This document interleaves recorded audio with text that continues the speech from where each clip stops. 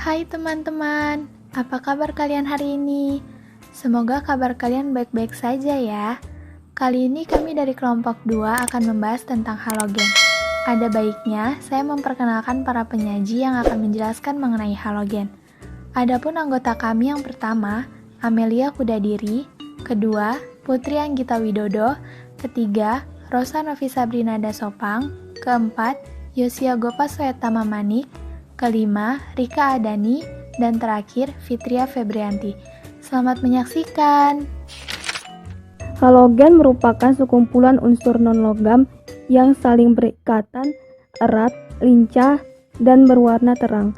Halogen digolongkan sebagai pengoksidator kuat karena kecenderungannya membentuk ion negatif.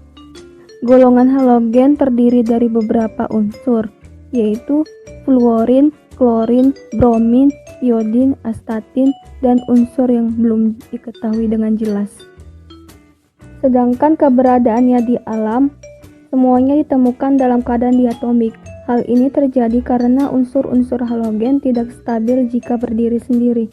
Unsur halogen tidak ditemukan dalam bentuk bebasnya, melainkan terikat dengan unsur lain atau dengan unsur halogen itu sendiri, seperti fluorin, klorin, bromin, dan iodin, dan astatin yang bersifat radioaktif.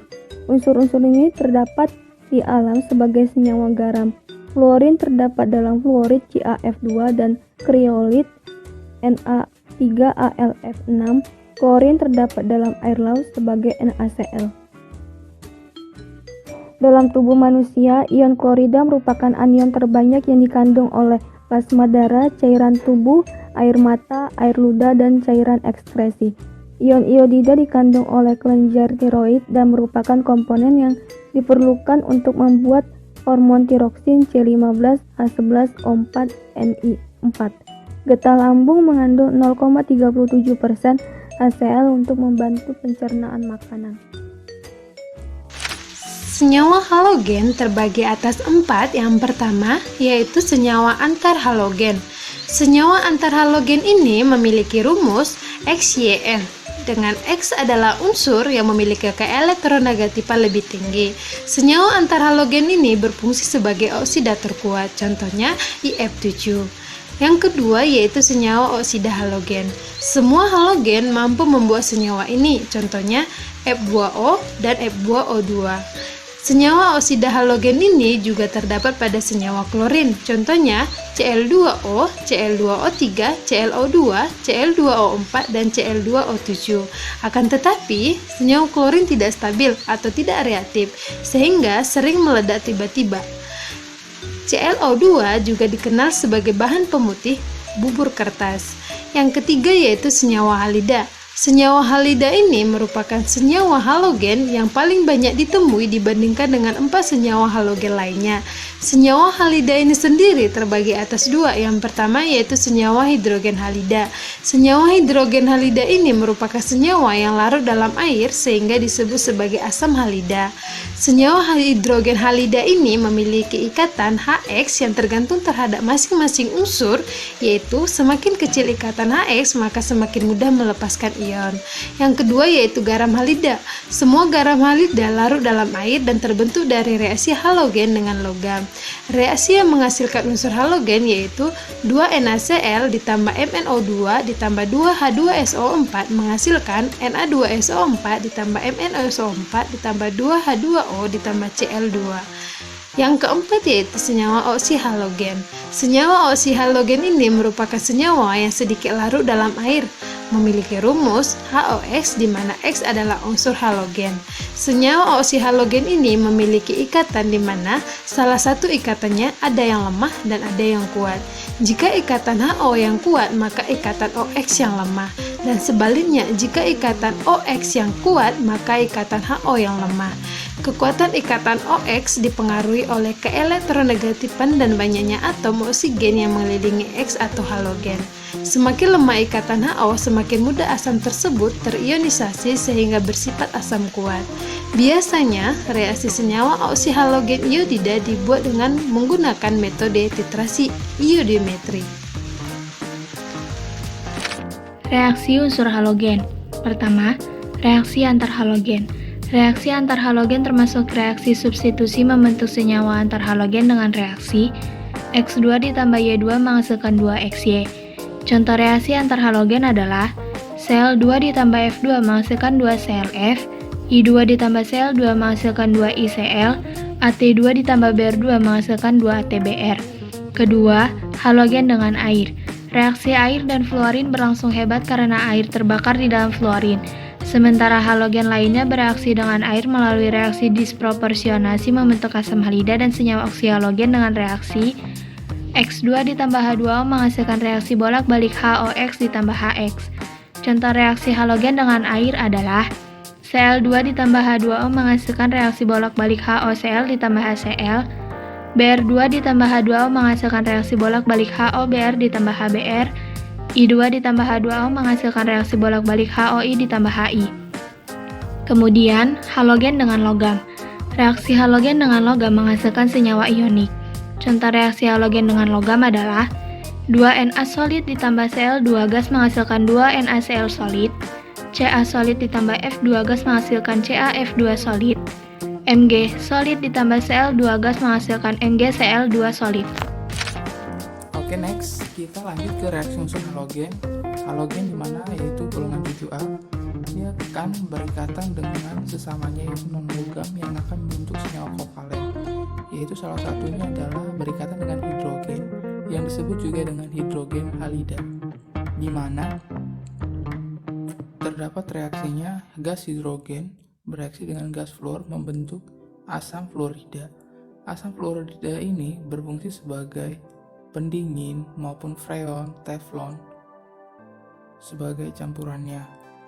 Yang kedua itu adalah asam klorida, di mana gas hidrogen bereaksi dengan gas klor menghasilkan asam klorida dengan koefisien 2, di mana asam klorida ini bisa kita temukan sebagai pelarut maupun di dalam tubuh kita, di dalam lambung. Yang ketiga yaitu asam bromida, di mana gas hidrogen bereaksi dengan unsur gas bromida menghasilkan asam bromida. Ini terjadi pada suhu 300 derajat Kelvin dengan penggunaan katalis PT. Yang terakhir yaitu reaksi kesetimbangan antara hidrogen dan iodida. Reaksi berlangsung lambat pada suhu 300 derajat Celcius yang menghasilkan asam iodida. Lanjut ke non-logam halida, maksudnya adalah di mana unsur halogen akan berikatan dengan non-logamnya, contohnya seperti karbon dan di lain selain logam.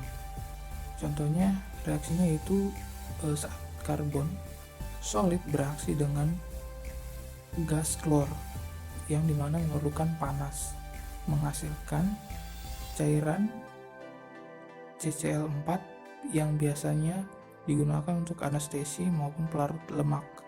Yang kedua adalah reaksi fluor dengan klor, di mana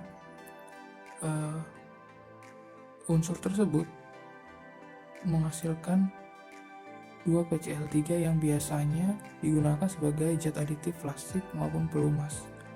Jika klorin yang direaksikan berlebih, maka akan dihasilkan padatan PCl5 dengan warna kuning pucat. Lanjutkan materi mengenai sifat-sifat halogen. Yang pertama, kereaktifan. Harga kereaktifan halogen dari unsur fluorin, klorin, bromin, dan iodin akan semakin menurun. Kereaktifan halogen ini dipengaruhi oleh keelektronegatifannya, ikatan halogennya, dan jari-jari atomnya. Semakin besar keelektronegatifan, maka akan semakin reaktif karena semakin mudah untuk menarik elektron. Yang kedua, kelarutan. Kelarutan halogen dari fluor sampai iodin dalam air akan semakin berkurang. Fluor selain larut juga bereaksi dengan air karena sangat reaktif membentuk asam fluorida. Yang ketiga, titik didih dan titik leburnya. Semakin ke bawah, titik didih dan titik lebur halogen akan semakin meningkat. Yang keempat, sifat asamnya. Sifat asam yang dapat dibentuk dari unsur halogen yaitu asam alida dan oksil halida. Yang kelima, warna dan bau. Halogen mempunyai warna dan aroma tertentu. Fluorin berwarna kuning muda, klorin berwarna hijau muda, bromin berwarna merah tua, iodin berwarna hitam, sedangkan uap iodin berwarna ungu. Halogen memiliki bau yang langsang dan menusuk serta bersifat racun. Yang keenam, struktur halogennya. Dalam bentuk unsur, halogen terdapat molekul diatomik. Hal ini sesuai dengan kestabilan pertambahan jari-jari atomnya. Yang ketujuh, wujud halogennya. Pada suhu kamar, fluorin dan klorin berupa gas, bromin berupa zat cair yang mudah menguap, sedangkan iodin berupa zat padat yang mudah menyublim. Pemanasan iodin padat pada tekanan atmosfer tidak akan membuat unsur itu meleleh. Dan materi selanjutnya tentang pembuatan unsur halogen di laboratorium. Halogen dapat dibuat dengan cara elektrolisis atau dengan cara mengoksidasi senyawa halida. Pada umumnya, unsur halogen dibuat di laboratorium dengan cara mengoksidasi senyawa halida. Namun, gas fluorin jarang dibuat di laboratorium karena tidak ada oksidator yang mampu mengoksidasi senyawa fluorid. Hal ini dikarenakan fluorin mempunyai daya oksidasi yang tinggi dibandingkan halogen lainnya. Unsur halogen klorin, bromin, dan iodin dapat dihasilkan dari oksidasi terhadap senyawa halida dengan oksidator mangan dioksida dan kalium permanganat dalam lingkungan asam H2SO4 dengan reaksi X- ditambah MnO4 ditambah H+ menghasilkan X2 ditambah Mn2+ ditambah H2O.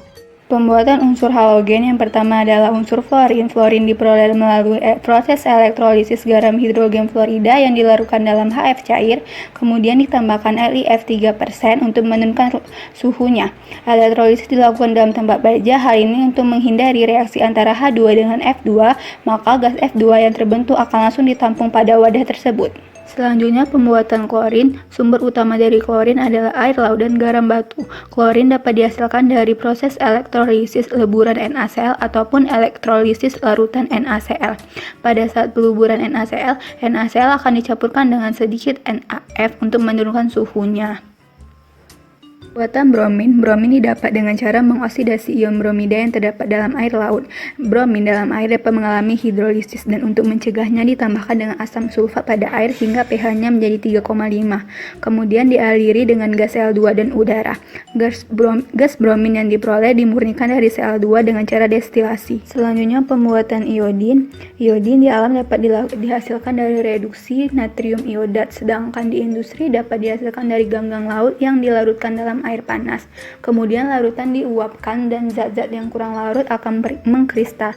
Sisa larutan kemudian dialiri dengan gas Cl2 dan akan dihasilkan I2. Selanjutnya yang terakhir ialah pembuatan astatin atau AT. Astatin diperoleh dari penembakan bismut atau Bi dengan partikel alfa atau helium, sehingga akan terbentuk astatin.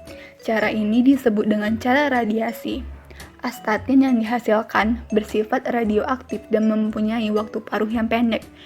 Next, ada kegunaan senyawa halogen, yaitu ada unsur fluorin di mana freon 12 digunakan untuk zat pendingin pada lemari es dan AC. Kemudian ada Na2SiF6 yang digunakan untuk pasta gigi, berfungsi untuk menguatkan gigi. Dan yang terakhir ada NaF yang digunakan untuk bahan bakar reaksi nuklir. Selanjutnya ada unsur klorin dan senyawanya, yaitu ada Cl2 yang digunakan sebagai disinfektan untuk membunuh kuman, kemudian ada NaCl yang digunakan untuk garam dapur, dan KaCl yang digunakan untuk pupuk. Selanjutnya unsur bromin dan senyawanya. Yang pertama ada natrium bromin yang digunakan sebagai obat penenang saraf. Yang kedua ada perak bromin yang digunakan sebagai film fotografi. Dan yang ketiga ada bromin metana yang digunakan sebagai bahan campuran zat pemadam kebakaran. Selanjutnya unsur iodin dan senyawanya. Yang pertama ada I2 dalam alkohol yang digunakan sebagai antiseptik luka. Yang kedua ada KiO3 yang digunakan sebagai tambahan yodium dalam garam dapur. Dan yang terakhir ada I2 yang digunakan untuk mengetes amilum dalam industri tepung. Demikianlah video pembelajaran tentang halogen. Semoga video ini bermanfaat untuk kita semua. Pak Tani pergi ke sawah, pulang-pulang membawa ikan. Jika tutur kata kami banyak yang salah, mohon kiranya untuk dimaafkan. Terima kasih atas perhatiannya. Sampai jumpa lagi di lain kesempatan.